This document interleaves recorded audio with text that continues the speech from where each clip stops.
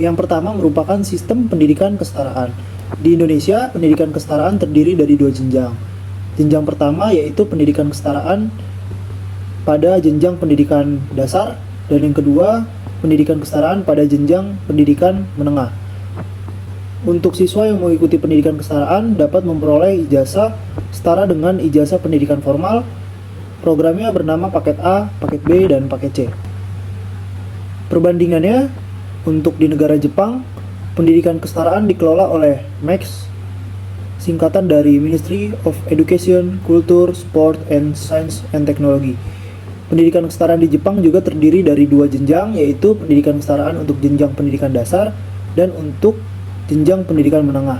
Siswa yang mengikuti pendidikan kesetaraan di Jepang juga dapat memperoleh sertifikat pendidikan kesetaraan yang sama dengan pendidikan formal.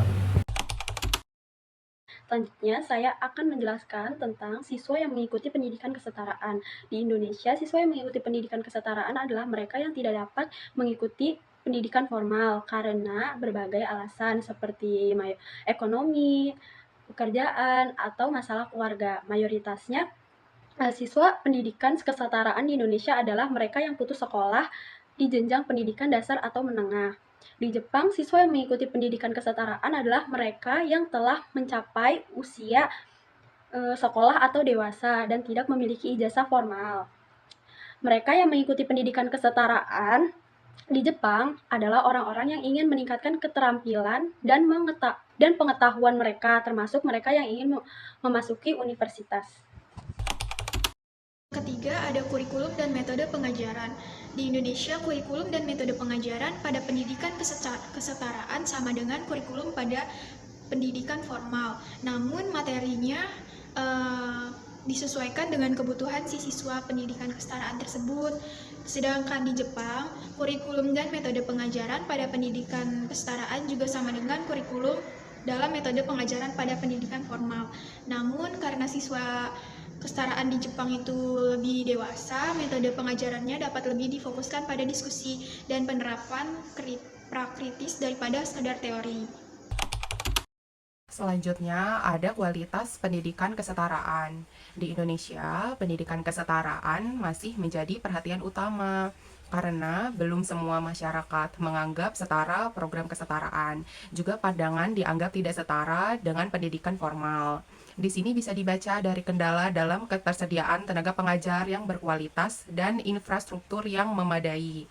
Karena itu, Direktorat Pembinaan Guru dan Tenaga Kependidikan atau GTK tengah berupaya meningkatkan kualitas utamanya dalam penerapan kurikulum merdeka. Nah, sedangkan di Jepang, itu kualitas pendidikan kesetaraan dianggap lebih baik karena tenaga pengajar memiliki kualifikasi yang sama dengan pengajar pendidikan formal. Selain itu, program pendidikan kesetaraan di Jepang juga lebih terfokus pada pengembangan keterampilan dan penerapan praktis. Berikutnya saya akan membahas tentang kesempatan pekerjaan. Di Indonesia, meskipun ijazah pendidikan kesetaraan diakui oleh pemerintah, kesempatan pekerja untuk mereka yang memiliki ijazah pendidikan kesetaraan masih terbatas. Hal ini terutama terjadi di sektor formal dan perusahaan swasta besar yang seringkali mengutamakan ijazah pendidikan formal. Di Jepang, sertifikat pendidikan kesetaraan juga diakui oleh pemerintah dan memberikan kesempatan kerja yang lebih baik bagi pemegangnya. Bahkan sertifikat pendidikan kesetaraan dianggap setara dengan ijazah pendidikan formal di beberapa industri. Secara keseluruhan, pendidikan kesetaraan ini di Indonesia dan Jepang memiliki perbedaan dalam hal sistem.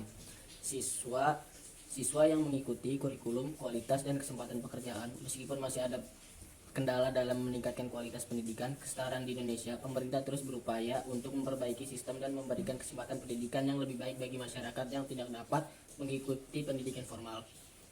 Di sini lain, Jepang memiliki sistem pendidikan kesetaraan yang lebih maju dan memberikan kesempatan kerja yang lebih baik bagi pemegang sertifikat pendidikan kesetaraan.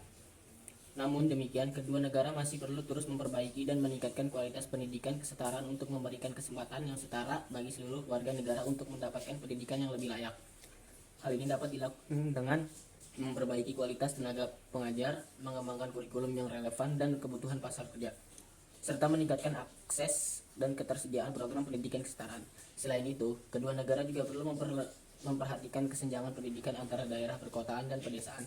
Di Indonesia, pendidikan kesetaraan masih sulit diakses oleh masyarakat di pedesaan karena keterbatasan infrastruktur dan ketersediaan tenaga pengajar. Di Jepang, kesenjangan pendidikan antara daerah perkotaan dan pedesaan juga masih masalah yang perlu diatasi.